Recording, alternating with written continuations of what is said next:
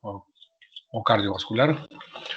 Es muy importante tener conocimiento de los síntomas y de los signos. ¿Ya?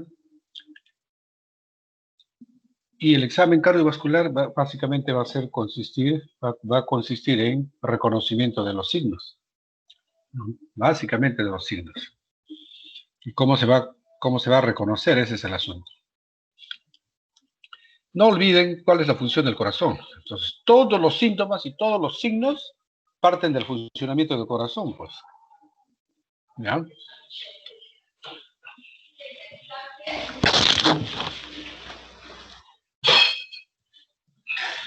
Vas a comer acá, ya.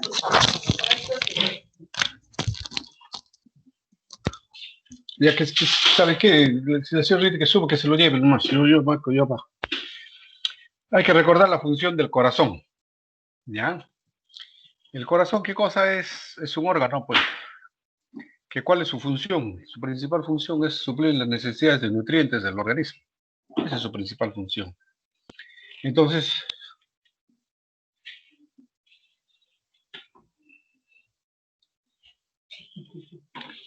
Ya tomó su sopa, señora, de trabajo.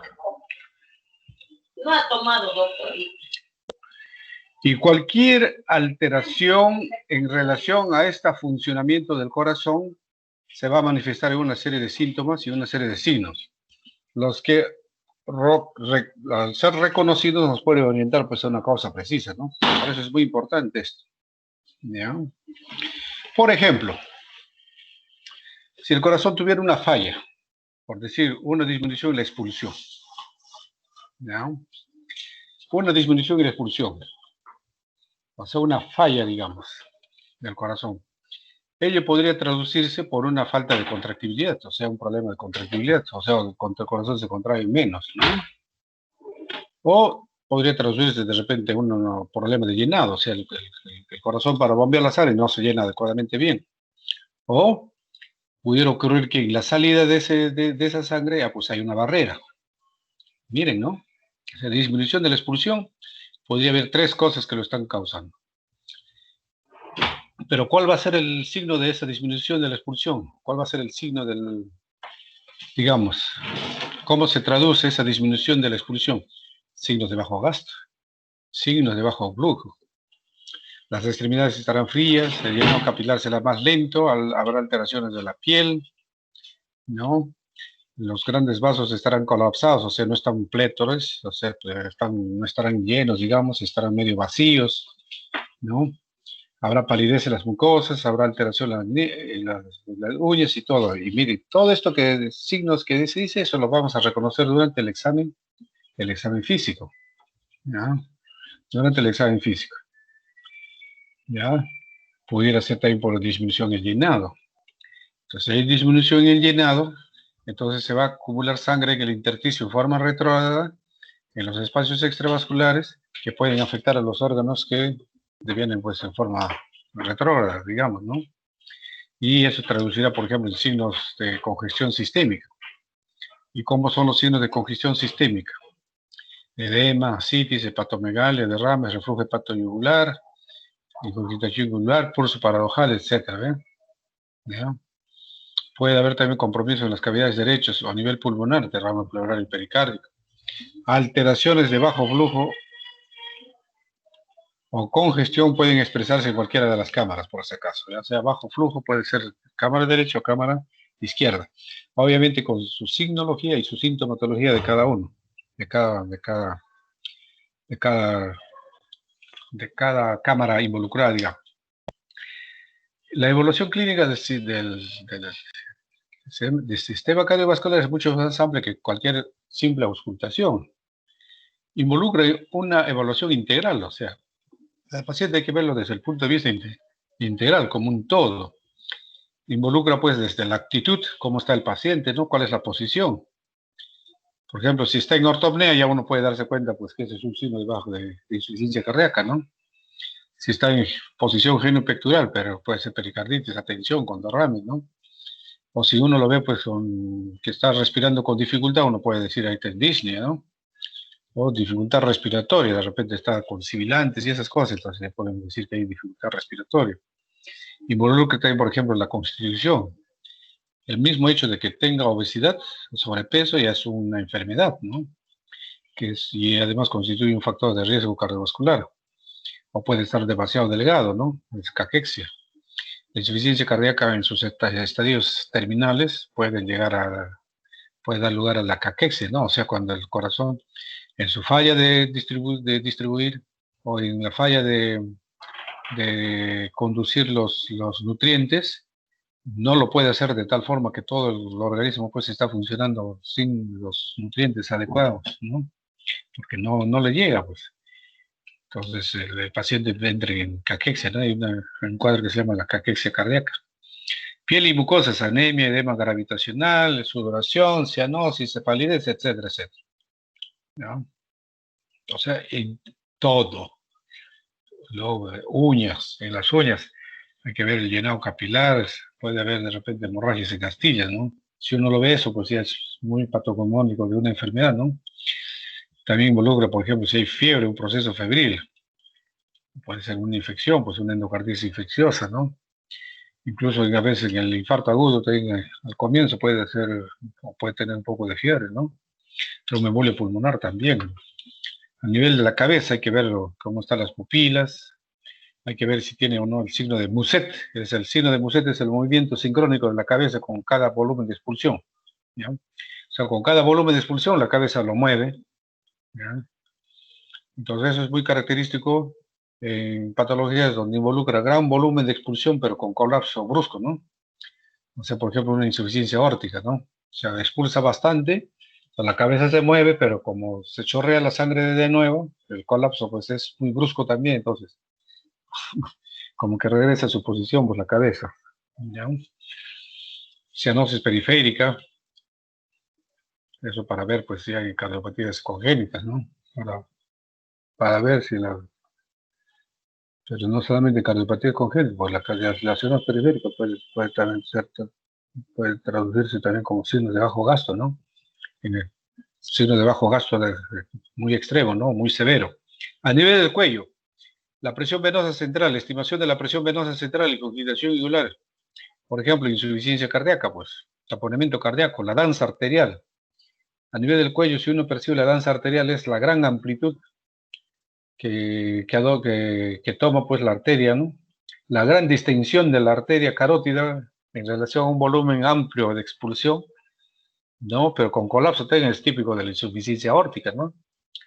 La auscultación de soplos a nivel del cuello, si está irradiado o no, o tiene o de repente pues hay obstrucciones, hay ateromatosis, ¿no? A nivel del abdomen, los ruidos hidroaéreos, ¿no? Si hay reflujo hepatoyugular, por ejemplo, ¿no? A nivel del abdomen. Si hay reflujo hepatoyugular positivo, pues ya nos está indicando que hay insuficiencia cardíaca del lado derecho, ¿no? Hepatoesplenomegalia, citis, soplos abdominales, etcétera, etcétera, etcétera. ¿Ya? Etcétera. Entonces,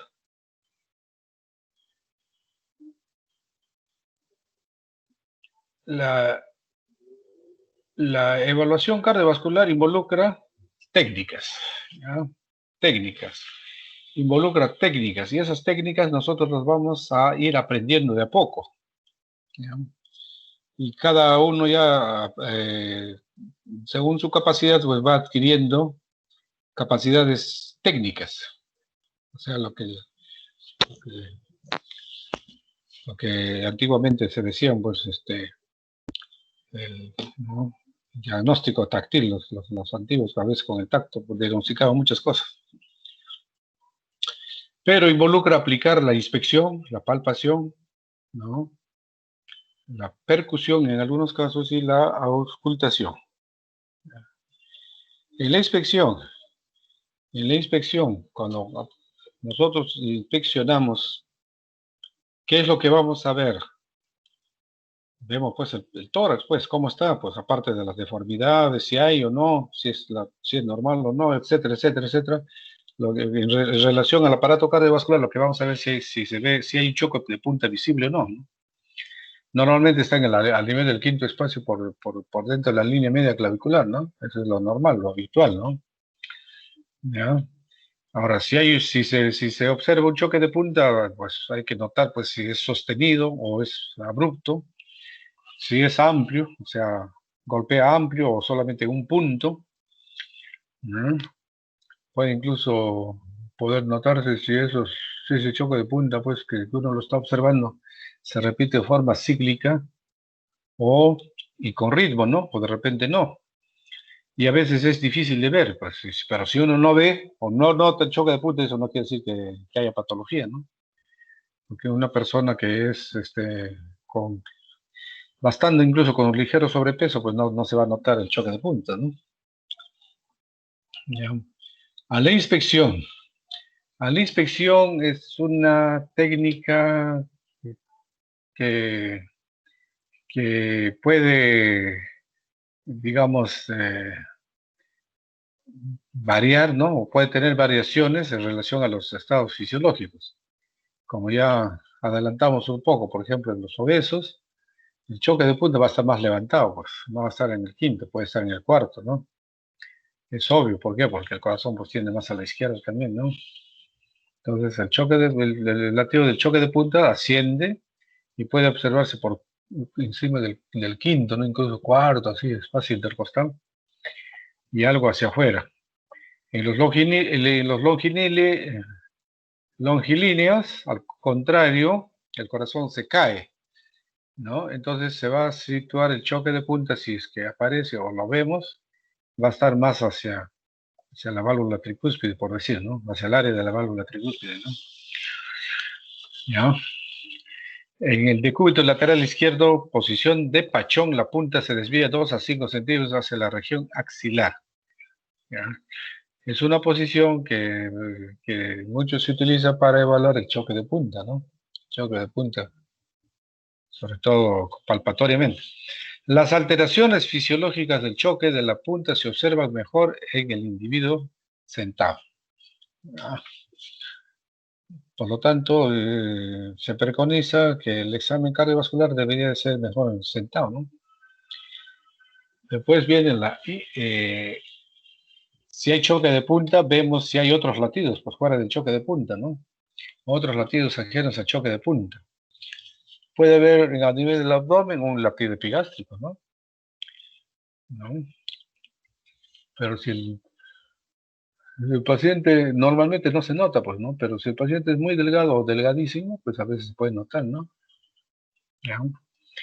Después de la sístole ventricular se produce la proyección hacia adelante de la región epigástrica, o sea, en la zona del epigastrio.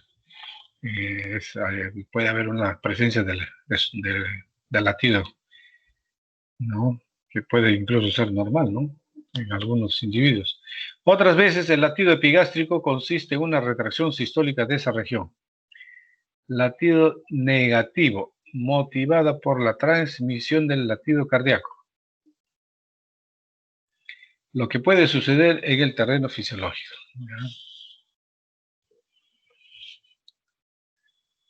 Sin embargo, dice, puede ser anormal si el ventrículo derecho puede ser hipertrofiado. O sea, un latido epigástrico puede manifestarse también como una hipertrofia, a consecuencia de una hipertrofia del ventrículo derecho. Seguimos. En la palpación básicamente hay que ver tres cosas, ¿no? Choque de punta, dónde se palpa, cómo es cómo es el choque de punta, o sea, la forma, la amplitud, el sincronismo, etcétera, etcétera. Son varias, digamos, características que nos pueden, del que pueden emanar, pues, el choque de punta, ¿no? ¿Ya? Si el latido es sostenido, por ejemplo, ¿no? Entonces puede hacernos pensar, pues, que hay hipertrofia, ¿no? Claro. O algo, pues, que le está impidiendo, ¿no? Contraerse en forma apropiada, digamos. ¿Ya? Y los frémitos, pues hay que ver si hay frémitos en la palpación, ¿no? Los frémitos es como el ronroneo de los gatos, ahí está, esa es la, la similitud, digamos. El choque de punta, hay que ver, ya saben, ¿eh? O sea, digo, en la palpación hay que ver choque de puntas, si hay otros latidos y los frémitos, ¿no? Cuando se palpa toda el área precordial con la palma de la mano. Después de haber palpado con la mano, en la zona donde mejor se sienten los impulsos, ya con la palma de la mano también nos ponemos a examinar, ¿no? A ver qué percibimos, ¿no?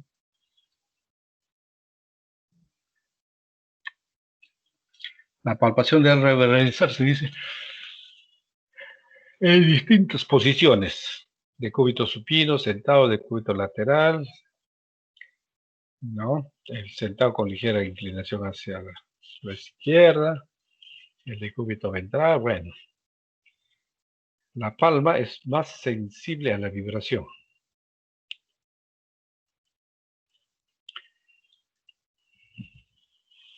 Y la punta de los dedos es más sensible a las pulsaciones, ¿no? Como, por ejemplo, como en el caso del choque de punta. Pues. Primero uno examina con toda la palma de la mano y donde uno más o menos percibe el choque de punta, uno va con los.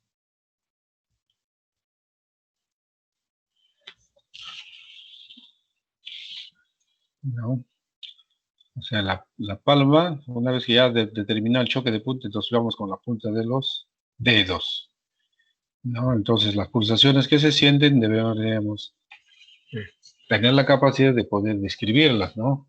Describirlas y registrarlas, ¿no? Después de la palpación, el otro punto que tenemos que tener en cuenta en la palpación es frémitos, ya dijimos ya. Pero son tres cosas que hay que ver en la palpación, ¿no? Frémitos, en este caso, que es la sensación percibida, dice, por la mano que palpa, comparable a la sensación que se obtiene al palpar a contrapelo el dorso de un gato que ronronea.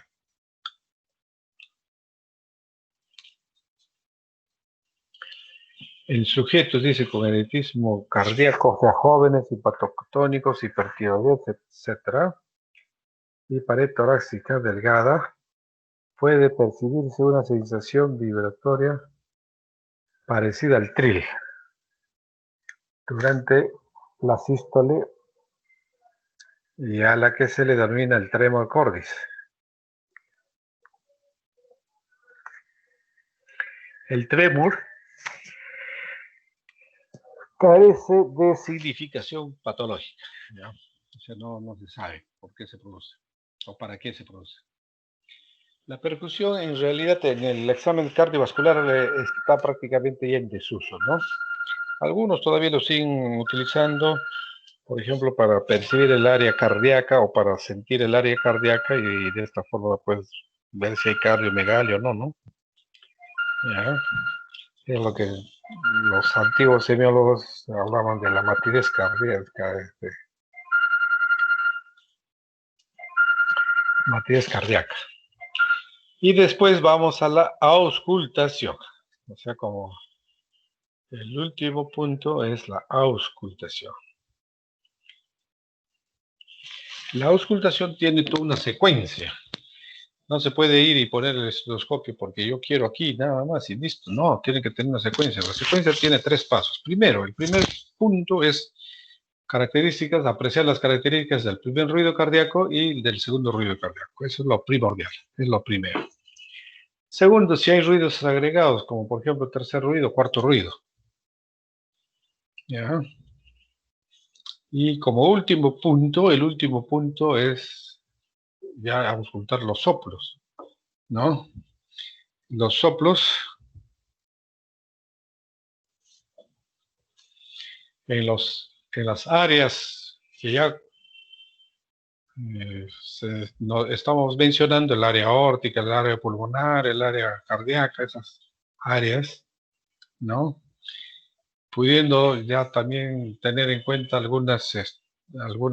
digamos, algunos adicionales, como son, por ejemplo, cuando uno ausculta no solamente el área precordial, como ya lo hemos mencionado, ¿no? La auscultación. En este caso, los adicionales podría ser base del cuello, puede ser el supraesternal, el esternoclavicular, la región epigástrica, etcétera, etcétera. Esos son los agregados o adicionales. ¿Ya? En la auscultación, ya dijimos, primero hay que determinar las características del primer ruido cardíaco. ¿Ya? Y del segundo ruido cardíaco.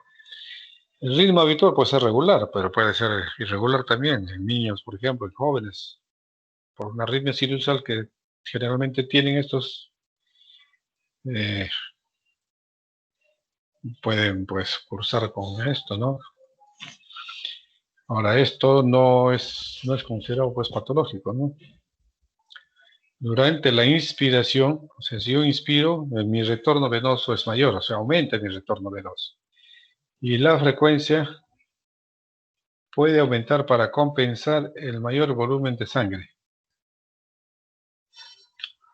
Mientras que en la expiración, la frecuencia disminuye. Después de haber apreciado y buscado las características del primer ruido y del segundo ruido, nos vamos a los ruidos agregados, como en este caso, el primer ruido, ¿no? El primer ruido es de tono ligeramente bajo, la duración algo mayor, pero un poquito más. La onomatopeya sería el dum. ¿Ya? El dum. Mayor intensidad se dará pues a nivel de la punta, por ejemplo, ¿no? En la punta. Representa el cierre de las válvulas mitrales y tricuspídeas y marca el inicio de la sístole ventricular. El silencio que media entre el primer y el segundo ruido cardíaco es lo que se conoce el espacio sistólico.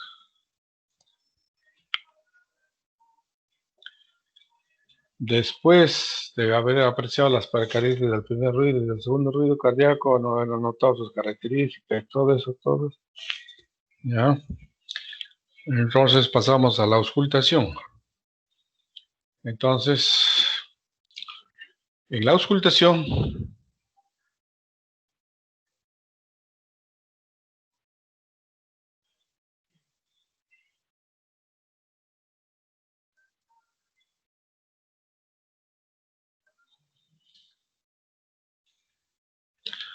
el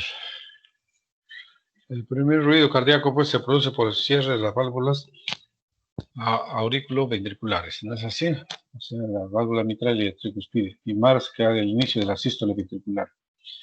Y el silencio que se produce entre el primer ruido y el segundo ruido es conocido como el espacio sistólico. Así es. Entonces, el primer ruido cardíaco es de tono ligeramente bajo, pero se ausculta mejor en el área pulmonar. Eso es lo que dice. Después, el segundo ruido cardíaco será pues de tono ligeramente un poco más alto, la duración sí es más corto, la onomatopeya es lop, tum, lop, tum, tum, tum, tum. ¿Se te ha caído? Se te ha caído plata. ¿Qué? Plata, se te ha caído. Ah, Todito se te ha caído. Prende la luz. Ya, determina el cierre de las válvulas aórtico y pulmonar y el inicio de la diástole ventricular. ¿Ya? El segundo ruido. El silencio que media entre este ruido, o sea, el segundo y el primer ruido es la diástole, pues el espacio diastólico. ¿Ya? Puede haber desdoblamiento normal del primer ruido, desdoblamiento normal del segundo ruido, y cuando hay desdoblamiento patológico o paradojal, todas esas cosas uno tiene que tener la habilidad de poder auscultar, ¿no? Auscultar o escuchar, digamos. ¿Ya? Y después vamos a los soplos. Los soplos, ¿qué son los soplos? ¿Cómo se definen los soplos? Los soplos no son más que el resultado de la turbulencia de la circulación sanguínea. ¿Ya? Resultado de la turbulencia de la circulación sanguínea. O sea, la sangre está fluyendo pues, como un flujo laminar. De pronto, pues si hay una barrera, pues esto hace una turbulencia y eso es el soplo, ¿no? Entonces, los soplos uno debe escucharlos básicamente en las áreas que llamamos nosotros áreas de auscultación. El aórtico, pues, es a nivel del segundo espacio intercostal derecho, y después el accesorio izquierdo y la punta, ¿no? Hasta la punta. Por eso le llaman en banda presidencial, así le llaman, ¿no? ¿Ya? Pulmonar es digamos, el área más localizada y en el segundo espacio intercostal o paraesternal izquierdo, ¿no? Es la pulmonar. En el área accesoria, el tercer espacio intercostal paraesternal, eso ya dijimos, ¿ya? Y puede ir a la punta, eso se llama en banda presidenciales para la valvulopatía aórtica.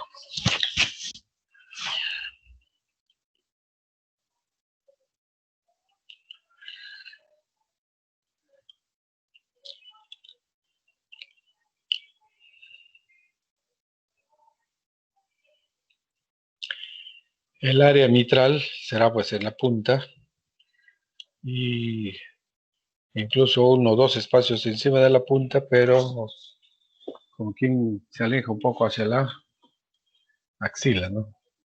Hacia la axila. ¿Ya? Ese es el área mitral, o sea, el área de auscultación mitral. Y el área de auscultación tricuspide es la zona infraesternal, o lo que nosotros conocemos como el foco de la válvula tricúspide. Criterios. ¿Cómo describimos los soplos? Los de soplos describimos según la intensidad, según el tono, según el timbre, según el momento.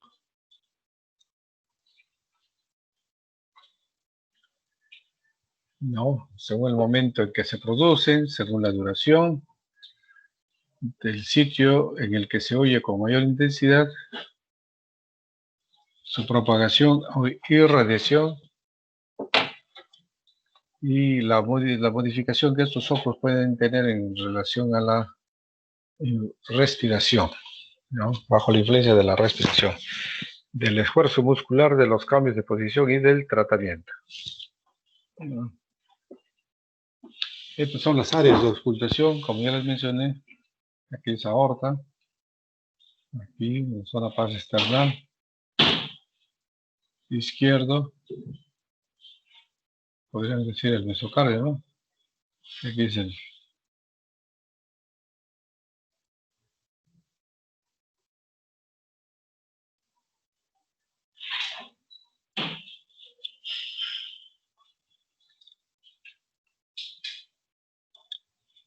Y hay una cosa que yo quiero que ustedes tengan en cuenta, esto de aquí.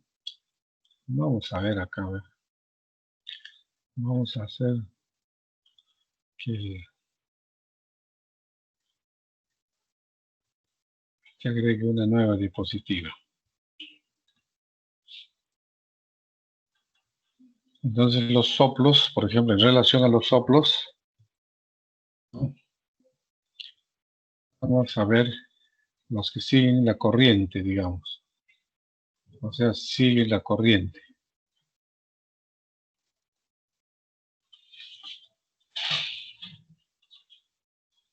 Siguiendo la corriente.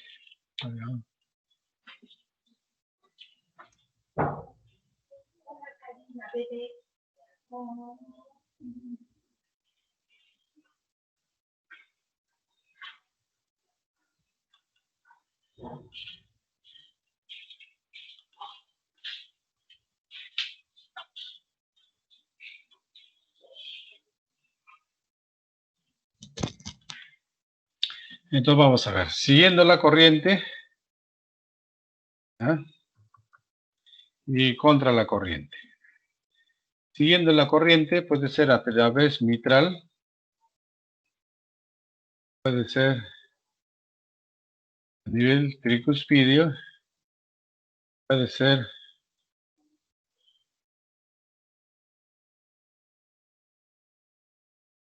aórtico, que puede ser a nivel tricúspide.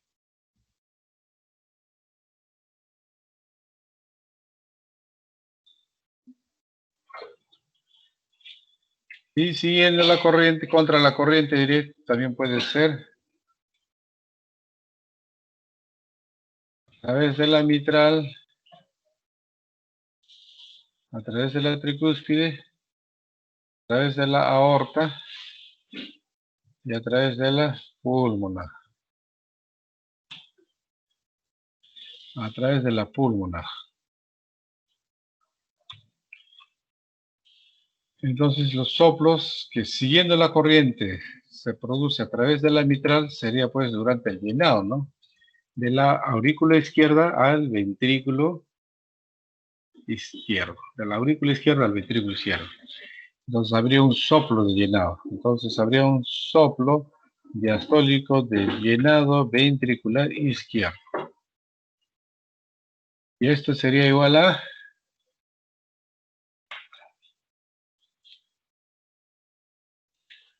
soplo diastólico de llenado ventricular izquierdo sería igual a estenosis mitral. Aquí tendríamos a nivel de la tricúspide, cuando se produce siguiendo la corriente, podría escucharse pues un soplo diastólico de llenado ventricular derecho, ¿no? Soplo diastólico de llenado ventricular derecho. Sería igual a estenosis tricúspide.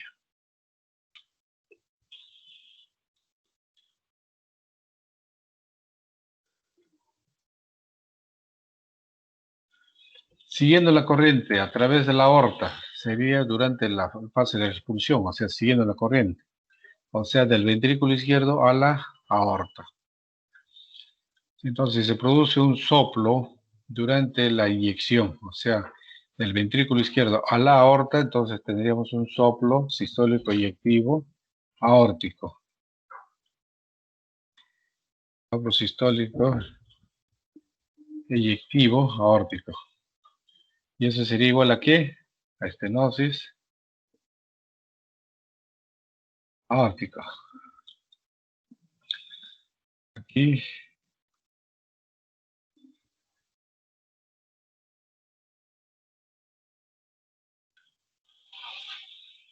Siguiendo la corriente a través de la pulmonar sería pues durante el pasaje de sangre del ventrículo derecho a la arteria pulmonar. ¿Ya? Pero si hay un soplo sería durante la sístole, siguiendo la corriente, pues soplo sistólico y de eyección pulmonar. Y esto sería igual a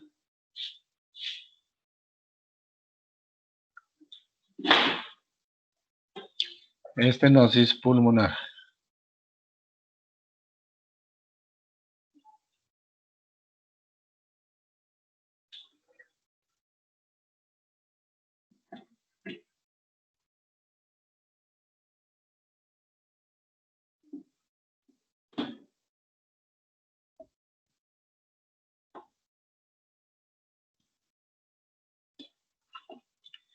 Ahora, contra la corriente a través de la mitral, ¿qué sería? Sería una regurgitación a través de la mitral del ventrículo izquierdo a la aurícula izquierda. Entonces, soplo sistólico de regurgitación mitral. Si hay eso, ¿sería qué cosa? Sería insuficiencia mitral. Si es a través de la bicúspide, sería en el pasaje en forma retrógrada del ventrículo derecho a la aurícula derecha. O sea, contra la corriente. Eso no es pues, el sentido de la corriente, está contra la corriente. Entonces sería un soplo sistólico de regurgitación tricuspide.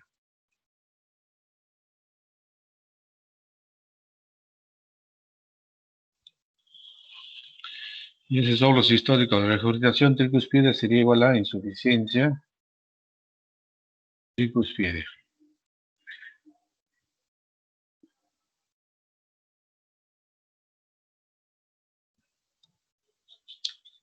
contra la corriente a través de la aorta. O sea, la aorta se expulsa, entonces contra la corriente sería pues un retroceso, lo que regurgita, digamos.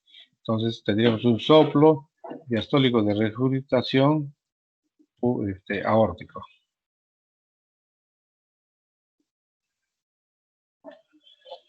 Habría un soplo diastólico de regurgitación aórtica, o sea, de la aorta está regurgitando durante la diástole que no debe regurgitar, quiere decir que la válvula está entreabierta, semiabierta. ¿Ya? Entonces, si hay un soplo diastólico de regurgitación aórtica, será pues igual a insuficiencia aórtica.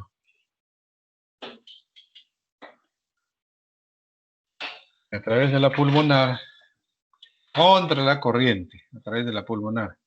O sea, de la arteria pulmonar retrocede, digamos, hacia el ventrículo derecho, por decir. Entonces tendríamos un soplo diastólico de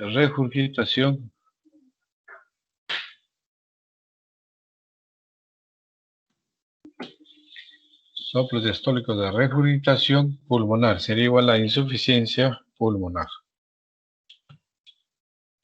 ¿Ya?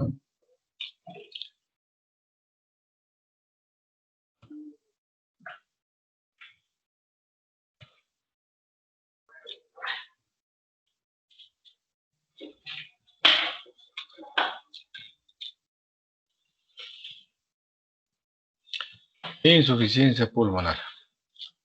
Muy bien, ahí están todos los soplos. Y no hay ningún soplo que se escape. ¿Ya? No hay ningún soplo que se escape.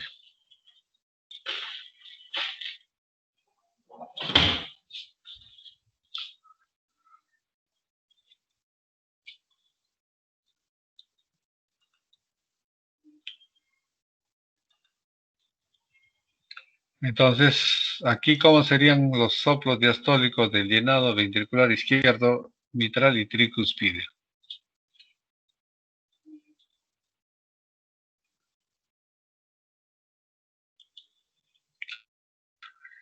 Tiene más o menos una idea de cómo sería. ¿Qué características tendría ese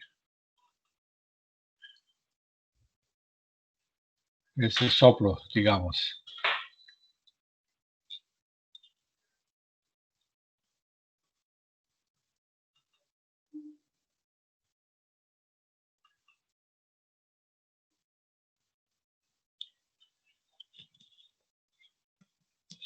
Los soplos diastólicos de llenado ventricular izquierdo y ventricular derecho son pues enrodamientos. Entonces tendríamos tum, primer ruido, ¿no? Tum, tum, rrr, tum, tum, rrr, tum, tum, rrr, tum, tum, rrr, tum, tum, rrr.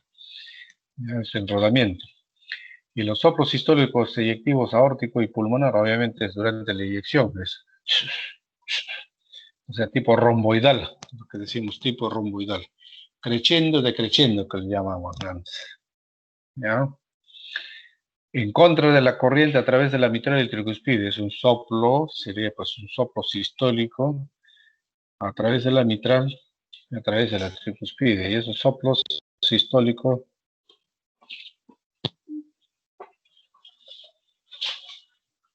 de regurgitación mitral y de regurgitación tricuspidea son pues lo que nosotros le conocemos como soplos solo sistólicos, no sé, desde que empiezan hasta que finalizan casi es parejo, ¿no? Por decir, ¿ya? Entonces quiere decir que se está produciendo un flujo con turbulencia en forma retrógrada. Y de la aorta y de la pulmonar, ¿cómo serían? Serían, digamos, sería un soplo de tipo aspirativo, ¿no? Tum, tum, tum, tum, tum, tum. Esa es más o menos la idea. Entonces, primer ruido, segundo ruido y aspiración. Sobre todo de la aorta, es bien característico ese soplo, digamos. Aquí lo único que se está escapando es el soplo mesodiastólico, ¿no? De alta intensidad, ¿no? Que se ausculte en el mesocardio. A veces es muy ruidoso, que es compatible con persistencia de una comunicación ventricular. O sea, el C y B. Y otro que se escapa de esta clasificación sería el soplo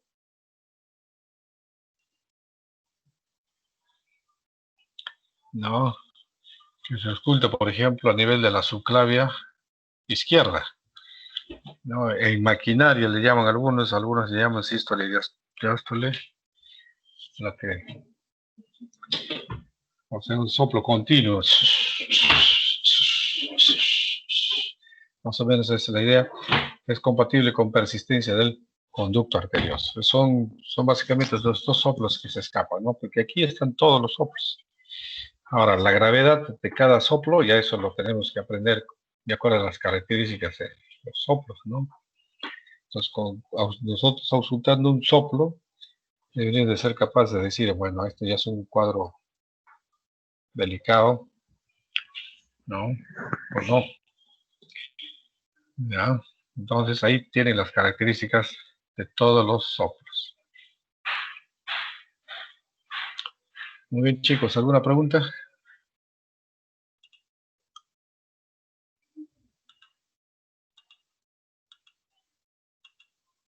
Sí, doctor, buenas noches. Sí. Doctor, una pregunta. Entonces, ¿la persistencia del conducto arterioso sería un tipo de soplo holosistólico? No, los históricos, no. No. Es un soplo que aumenta y varía de intensidad, pero continuo, o sea, sistólico y diastólico. En la sístole, pues, la presión de la sangre no puede ser igual a la presión en la diástole, pues. Entonces no puede ser, holosistólico es parejo desde que inicia hasta que finalice, ese es el holosistólico. Acá no. En la sístole será más intenso, pero en la diástole baja, pues. ¿No? Pero ahí el soplo es continuo, o sea, pues le llaman maquinaria, ¿no? Entonces sería como una cosa que aumenta y disminuye, pero está como girando, digamos, ¿no? Ya, doctor. Ahí, Y el entonces, soplo del ductus arterioso es lo que se llama el soplo continuo, ¿no? A lo que se le llama, o sístolo diastólico, no. Es holosistólico, es diferente. Su mismo nombre lo dice, holosistólico, es un soplo puramente sistólico.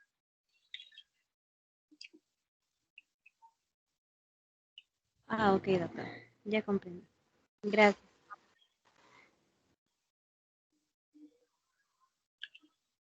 ¿Alguno más? ¿Quiere preguntar alguna cosa? Doctor, Sí, doctor. A Sí, ver. doctor. Sí, una consulta. ¿Los soplos con qué parte del estetoscopio se auscultan mejor? Los diastólicos con la campana, pues. Ya. Que son soplos más graves, de tono grave. Y los más, los otros soplos más ya con diafragma, ¿no? Con el diafragma, que son ya más agudos, digamos, soplos más agudos, ¿no? Por ejemplo, los rodamientos mitrales se escuchan muy bien con la campana, ¿no? Con la campana. Tum, tum, rrr, tum, tum, rrr, ¿no? Si ustedes tienen la oportunidad de consultar a un mitral puro, digamos, ¿no? O sea, que tiene una lesión estenótica mitral, ¿no? Tiene su peculiaridad, ¿no? Tiene su peculiaridad. ¿Qué más? sí, doctor, buenas noches. Con respecto al choque de punta, uno normal y uno anómalo, ¿cómo lo diferenciaría? El choque de punta, primero hay que aprender todo lo que es las características de la normalidad. Eso es la base, la fundamento. ¿Ya? Entonces, cuando ya han visto que choques de punta normales en cantidad, ahí van a empezar a diferenciar de lo que está medio raro. Este choque de punta puede estar más desplazado, o sea, no está en la ubicación, puede estar más abajo, más levantado. ¿No? Entonces, el choque de punta en realidad pues no tiene esa intensidad tan abrupta, digamos, ¿no? Porque si tú palpas el choque de punta en forma abrupta e intensa, pues es hipertrofia del ventrículo izquierdo, ¿no? Entonces, ¿cómo lo diferencias del normal? O sea, si no tienes ningún entrenamiento ni nada, pues nada, no le vas a dar como se dice, ¿no? Pues para eso tienen que aprender, pues, por ejemplo, los choques de punta normales, cómo son, ¿no? Ahora, en los choques de punta también hay que, me olvidaba, ¿no? Hay un punto que hay que precisar, los latidos presistólicos protodiastólicos, ¿no? Que también pueden aparecer ahí. El choque de punta, entonces tenemos el choque de punta con un latido presistólico o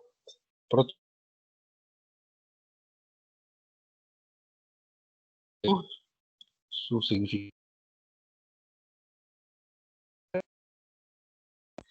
fisiopatológico. ¿Qué está pasando con eso?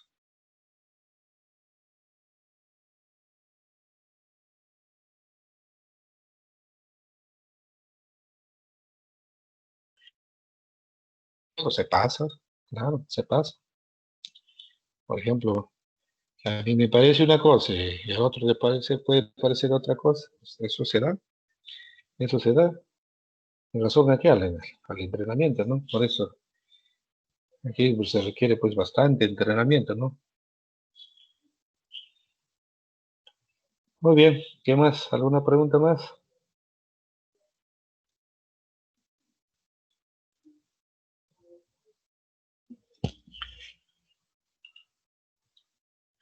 ¿Qué tal? ¿Cuántos son? 10. ¿Alguna pregunta? Doctor, yo le quería preguntar acerca de la siguiente clase. Usted dijo que podía hacer una teoría de EKG. De electrocardiograma. ¿Cuándo lo haríamos? Un momento, tendría que ser un momento, de repente, no sé, pues el jueves, así, que si tienen tiempo, ¿no? Pues el jueves es un poco medio feriadón. El miércoles. No sé si el miércoles se pueda. El miércoles es un día de mucha actividad, puesto que al día siguiente no va a haber casi nada de actividad. Toda la actividad se va a trasladar para eso. Ya, pues puede ser, ¿eh? Puede ser. Tendrías que poner de acuerdo Igual de si hay me disponibilidad de confirma. tiempo. ¿Perdón? Sí, igual me confirma, digo. Claro, confío. Me confirmo. Acá es importante, porque normalmente la práctica ya que ustedes hacían aquí, es hacer su historia, esto y todo esto, ya después voy a examinar, empezar a examinar, así como se ha descrito pues acá, ¿no? Pulso, palpación, tal cosa, tiene que describirlo. Auscultación, los pasos que ahí dice, ¿no? Primer ruido cardíaco, normal, aumentado, disminuido. Segundo ruido cardíaco, normal, aumentado, disminuido. Así tiene que ser. Hay tercer ruido, no. Cuarto ruido, de repente sí. Los dos, como quieran, ¿no? Eso usted lo hace, ya después, viendo con el paciente o viendo al paciente con ustedes mismos, pues ya se corroboraba o de repente, pues, se corregía, ¿no? Así es, ¿no? Así es el asunto. Y eso estaba acompañado siempre con la radiografía y el electrocardiograma, ¿no? Como parte fundamental de una evaluación cardiovascular, el electrocardiograma. Así como los neumólogos, cuando evalúan desde el punto de vista neumológico a un paciente, pues tiene que estar con su radiografía a su costado, ¿no? Así era. No sé si seguirá siendo así, pero sí era, siempre ha sido así. Yo me acuerdo en las prácticas de neumología que tenía yo, de estudiante, los pacientes entraban con su radiografía, ¿no? Claro, yo estaba haciendo práctica en un hospital pobre, que llamamos pobre, o de clase media, para abajo. En el hospital lo hay, entonces los pacientes entraban con su radiografía cada uno, ¿no? ¿Qué más? ¿Alguna pregunta? Entonces nos ponemos de acuerdo, pues, para la clase de teoría de electrocardiografía. Muy bien, chicos. Yo creo que pónganse a leer, a ver un poquito, porque si no, van a sonar en el examen. Venga, ya nos vemos. Ya, doctor, muchas gracias. Ya, Buenas noches. saludito. Muchas gracias, Muchas doctor. gracias, Buenas doctor. noches. Buenas noches. Gracias, doctor. Buenas noches.